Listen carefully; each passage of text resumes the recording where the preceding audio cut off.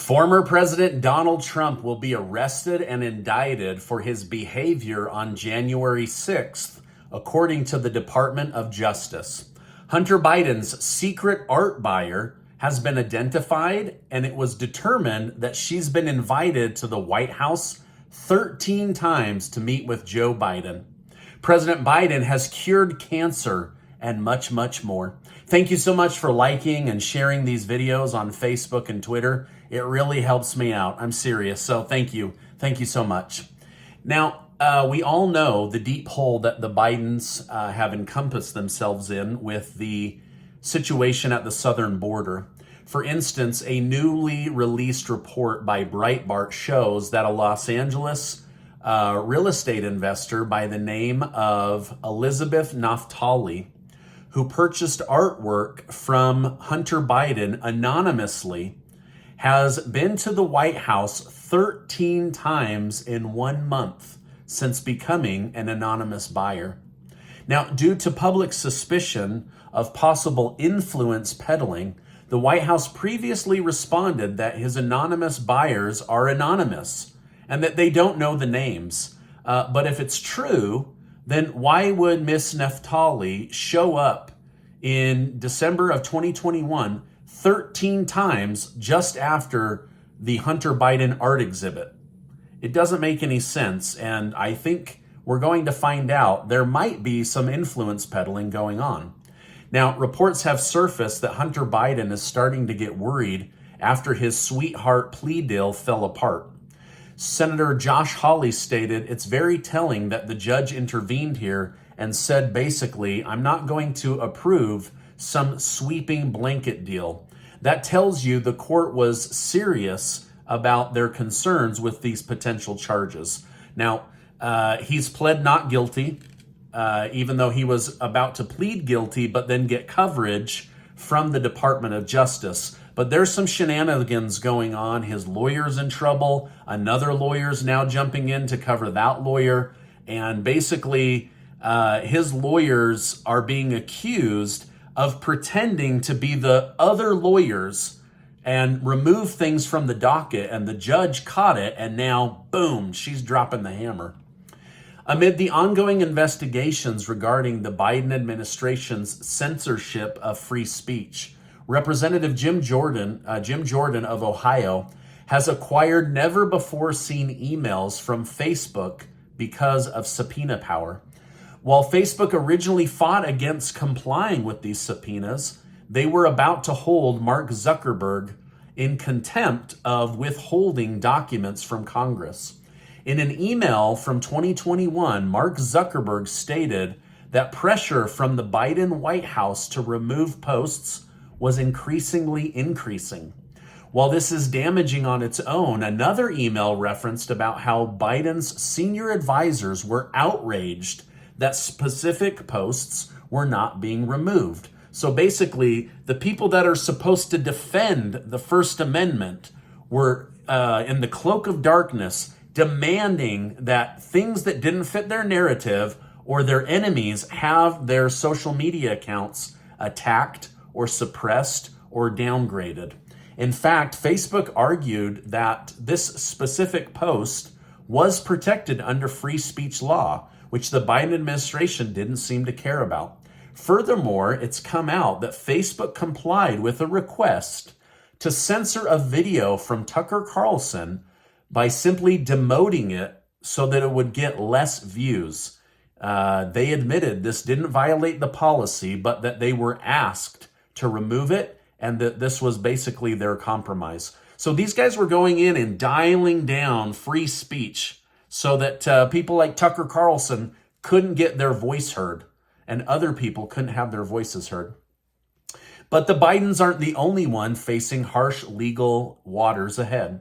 Former President Donald Trump was reportedly notified that he will likely be indicted and arrested for his behavior and his speech that preceded the Capitol riot on January 6th. Now, Trump himself gave an update on the investigation, stating, "My attorney had a productive meeting with the DOJ this morning, explaining in detail that I did nothing wrong. Was advised by many lawyers, and that an indictment of me would only further destroy our country. Secretary of State Antony Blinken has traveled to the island of Tonga to address China's problematic behavior among the Pacific Islands. Blinken accused China of unlawful maritime claims and predatory economic activities promoting corruption. The United States and China have been battling over influence in the Pacific Island region due to trade routes, resources, and strategic military strongholds. Blinken's trip is very telling. It shows once again that the United States' influence is waning as China's is waxing stronger and stronger. And so basically they've accused China of strong-arming this part of the world and pushing the United States out. The White House has attempted to cover for President Joe Biden after mistakenly claiming that he ended cancer as we know it, while speaking about his administration's progress to find a cure. In the transcript following the speech, however, they edited the words to say, "We can end cancer as we know it."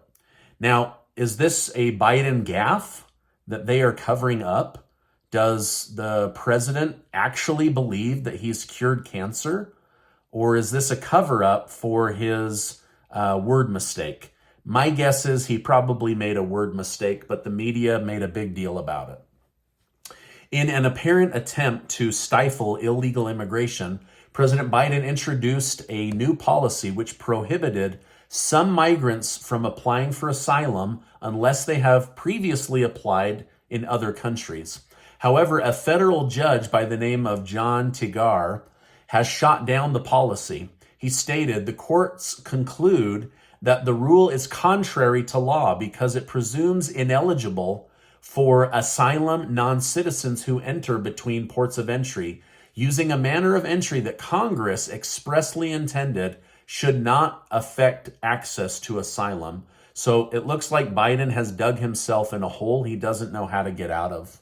Now, China has responded to the CIA's recent public attempt to recruit spies living in foreign countries. Foreign Ministry spokesman Mao Ning stated, "This is rather concerning. The U.S. on the one hand keeps spreading disinformation, so-called China spying and cyber attacks. On the other hand, tells the public about its large-scale intelligence activities targeting the country of China. America's public attempt to recruit spies is also dangerous, as China has been reported to kill or imprison people that they believe are spying for the United States." So the CIA is trying to recruit spies all over the world, especially in China and over in Russia. Now, so spying is dangerous, but we have actually had some success. According to CIA Director Bill Burns, he would argue that it's been wildly successful. In fact, spying is how the United States found out that China is gearing up to take the island of Taiwan. So, will knowing this stop China from invading Taiwan, or are they going to do it anyway? Lastly, 81-year-old Republican Mitch McConnell started a speech yesterday and then froze like a deer in headlights. He was unable to talk, and nobody did or said anything for 35 seconds. He didn't even blink. Eventually, Senator Barrasso from Wyoming, who used to be a doctor, approached him and said, "Are you okay? Would you like me to take you back to your office?" And they were able to get him back. And he's saying that he was lightheaded and that he will be fine to continue his position. Now, before you go, I want to remind you that you are amazing. Hey, what do you think of everything going on? A lot of government corruption, a lot of misinformation, lots to muddle through on a daily basis. I just try to keep you informed, so make sure you hit that subscribe button. While you're at it, check out this important video or this important video. Hey, thank you so much. I really appreciate you stopping by. I'm serious. Thanks, and have a great night.